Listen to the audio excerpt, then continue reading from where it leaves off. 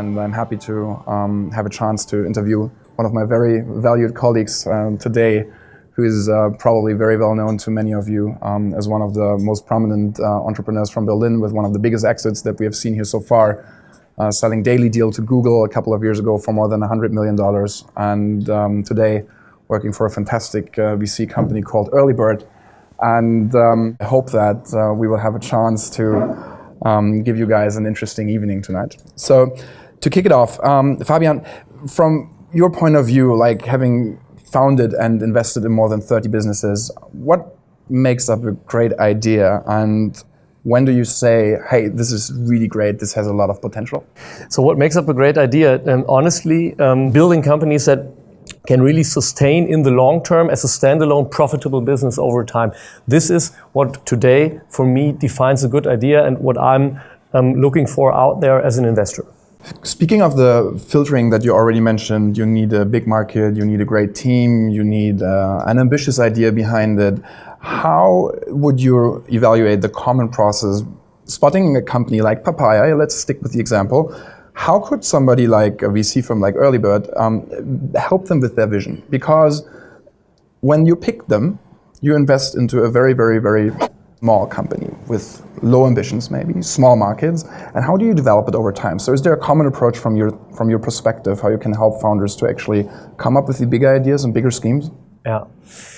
That's actually a good and also somewhat tricky question, because if we have the impression that the founder team like completely lacks a 10-year kind of end game scenario, big vision, then usually they are not the right guys for us. It's not what we're looking for. But the lines are blurred, and there are teams which have a very strong idea about what they are doing today, and maybe in 2-3 years, and that indeed, with a little bit of help, get to the setup that we need. And speaking of specialization, which is something that I believe in as well, you were saying that you're hedging your risk a little bit by going into different focus areas. Would you also recommend something like that on the entrepreneur side? So is there a secret sauce from your point of view on how can you actually make your idea successful? One of the nicest or maybe also most fulfilling ways is if you actually make your hobby or your passion your business. That is a sweet spot. However, not many passions make up for a great business. Yeah. So to be completely honest with you, when my brother and I started our first businesses back in 2008, failed a couple of times. Once in Stanford, but then also twice in Germany. Team broke apart, didn't get funding and so on. And this was also quite opportunistically. And then essentially the process that led to the foundation of DailyDeal was driven by a very analytical and structured approach, saying, okay, we failed now a couple of times, we're basically bankrupt, we had to freelance at Zalando and so on. We were sharing one bed, one desk. It was really like at the minimum rock bottom level where you could be. Yeah. And so we said, okay, how can we optimize for just getting off the ground, starting a business now that kind of works at least. Yeah? And so we said, let's set passion aside to some extent, and let's just really look for a business model that has a proof of concept in some other market, be it in Asia, be it in the US, and that we can bring to Germany and Europe, and that simply has a high likelihood of being adopted somehow. So this was our approach, given our situation back in the days. Yeah? And so we went really top down, almost kind of McKinsey style, developed a scorecard and looked at market sizes and value chains and so on. And out of a long list of models that we kind of saw somewhere or discovered and scored, then DailyDeal was basically top of the list. So we said, okay, let's do that. Let's build online marketing customer acquisition for offline SMBs. This was essentially, I mean, DailyDeal is the brand, but what was the idea behind it? It was doing what Google did for online to online, moving traffic from A to B, generating leads for online shops. Nobody could do that at the time for offline SMBs. They were advertising on Yellow Pages and radio and out of home and flyer and whatnot. Yeah? So this was the idea, saying let's bring online marketing channel for a new customer acquisition by selling vouchers on a B2C marketplace. Let's bring that to Germany and to Europe. So we did, and in that sense, it was really it was just a structured analytic approach that took us there. Later, for example, staying on the entrepreneurial side, after we sold the company to Google and then started the investment business while still working for Google, it was my brother and I running 5-6 businesses, including investment business at the same time. Can't work. Focus. So you focused. And so we learned over a period of 2.5 years, we learned really the hard way. So if you can do one thing better than everybody else, you create 10, 100 times more value than being okay good at a couple of things. Focus. So it took us 2.5 years to learn. If you're speaking to university students today, and if you're having young entrepreneurs in front of you, how would you recommend to them to find an idea? Your experience today is obviously giving you a different kind of advice, but how would you recommend a young university student to approach starting a company? So I would still start with what excites me. So a little bit like what's my passion, but more what excites me and which problems. I mean, at the end of the day, each product that a startup builds is about solving a problem. If it doesn't solve a problem, there's no market, there's no willingness to pay, there's no business. It's philanthropy or hobby or whatever, but it's not a business. So what excites me? Which problems do I experience or people that surround me, which are big, where I would have a willingness to pay for getting a solution, and where I see really a purpose in solving those problems. If you find something in that space, that is, to me, that's the ideal way of finding an idea. It's not guaranteed, though, that this approach will succeed, even if you put it in a certain analytical framework. Yeah?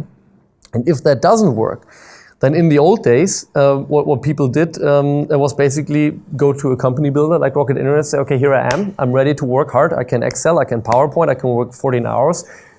Give me the idea, give me the money, and give me the tech guys. This is how it worked in the old days. And sometimes it worked, sometimes it didn't. So today, as the kind of company and incubator models, I would say, are not retiring, but are not having the same output and traction as they had a couple of years ago. Because a couple of years ago, it was indeed a lot of copy-paste from US to Europe, and then from Europe to Southeast Asia and other less developed markets. This is kind of this worked good for e-commerce and marketplace and for some consumer fintech, but they are kind of running out of ideas. Now, there's just not so many models that you can copy so easily and just staff talent that's willing to execute hard up on it. And that's good. It's good from an entrepreneurial standpoint, from an idea and creative standpoint, because it forces people to actually really think about what they do and think about the problems they solve, and not just focus up on executing really hard on something that maybe doesn't even have the value or the purpose behind it, and where you don't really have the intrinsic connection to do it. And I'd be curious to hear how you think about it, because I think starting a consumer internet company is a low-hanging fruit in the way that you have a mobile app store and have global distribution from day one, and you can just get to your customers. It seems as if over the last 10 years, however, the consumer internet, of course, is not empty, but the cases that can become global winners are decreasing. So we are entering an era where probably enterprise or SMB SaaS and B2B businesses in general are most likely going to increase in size, and like consumer companies are going to decrease. So for a student, however, to start a B2B company without any network and the knowledge on how to sell a product to an enterprise client is probably going to be way more difficult, right? So what's going to happen with young people that have ideas to start internet businesses? Basically applied a somewhat 2.0 approach of what we had applied back in the days with DailyDeal. So try to combine kind of passion or interest and opportunity. So I have access into that industry, which we had. I was living a long time in Hamburg. We had very deep access into shipping and transportation and freight, and could really understand the problems of the incumbent players and the problems of the shippers. When kind of where your interest intersects with your opportunity that you have because you have proprietary access or insight, and where that intersects kind of with your talent or DNA as a team, yeah, where those three circles intersect, I think that is where you want to be, where you want to build a business, and where you can actually go with a certain level of predictability that you will find a good opportunity there. Let's talk a little bit about unit economics, because when I came to the ecosystem and you came to the ecosystem, the concept was already well known and like it was, you would pay attention to it. But my feeling is it is getting even more important today because you just have a bigger choice of good deals, so you will pay more attention to it. So can you talk a little bit about unit economics, what they are made of, and why you would pay so much attention to it?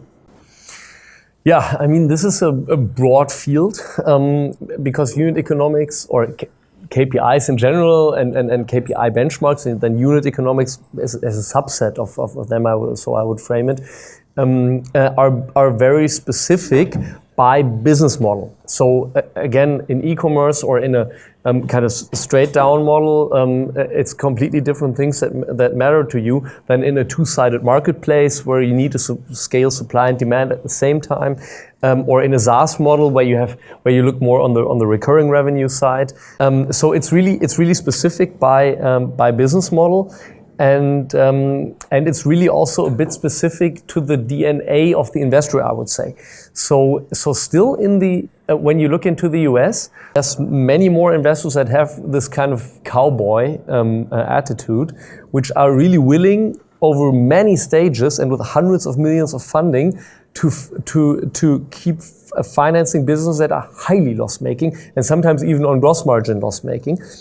Because they simply have this strong belief in first conquering the market, putting everybody out of the business who's around, and then once you own the market, then you can start making money, raising prices, earning. Yeah? This is basically how a lot of the Silicon Valley companies have gained global prevalence and global domination in their space, because they find these guys on the West Coast who are just up for this game, and who are completely fearless in that sense. Europe, pretty different, and especially Germany. Do you think this could be because of the competitive environment in Europe? Because like there are not too many funds, right? Like of course there's like Earlybirds and e.Ventures, and there are a couple of others, but it's not as competitive, so you wouldn't drop a term sheet just overnight. So you take more time to evaluate the company instead of just doing the cowboy thing. This may be one reason. It's a bit of a sign of kind of the German DNA of being less prone to taking huge risks, of being more of an kind of the engineering way, the kind of prudent way, 2 steps forward, 1 step back, kind of incremental optimization rather than going the Peter Thiel from 0 to 1 way. Yeah? So in a sense, I think our DNA in the ecosystem is giving us a hard time in building global champions, and we have to. So I think my opinion is this is not a matter of you can do it this way, you can do it that way. It can lead to same success. I think there's really a right or wrong or a better or worse, and just the fact.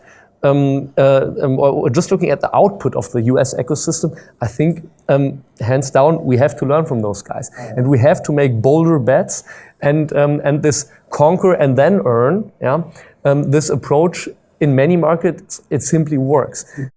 Let's start. We still have a couple of minutes left for your questions. Wouldn't you say that perhaps in 5 years or 10 years, 15 years, entrepreneurs will run out of problems that are profitable solving? And I guess the other statement of the question, what do you think is the greatest challenge for entrepreneurs in 5 to 10 years? I think you want to look at the entrepreneurial potential on a sector by sector level. Yeah? So, for example, travel, it's over. As 99% of the market are addressed with super state of the art, a super high customer satisfaction travel companies for any mode. You will find something great out there. E-commerce, same thing. You can do some niche games, yeah. But the mass market for digital retail, it's addressed. There's company out there that captured it. There's no point in starting businesses in those areas with the ambition of building something really big. You can build a nice lifestyle business, a niche business, but I'm talking really about big transformative. So these two industries started being tackled by digital entrepreneurs in the 1990s. Took 10, 15 years, 20 years, and then a lot of consolidation. And now you have some few leading players, and it's kind of the most advanced in terms of digitization. But there's 25 other big industries who are somewhere in between, like almost zero or almost 100%. And until we run out of problems to solve, in the sense that all industries are completely digitally transformed in a way that retail and travel are today, I think this is easily going to take 20 or maybe even 30 years. And just suggest also getting a big picture about the kind of mega trends, yeah, which you could define in very simplified again. Like for the last 10 years, we were working on the transition from desktop to cloud software. We were working on the transition of kind of desktop application on consumer from desktop to mobile. Yeah. Now we are working on replacing repetitive manual tasks by AI and by robotic process automation. I mean, we can talk about VR and AR, which is, for example, not an area where we are particularly active.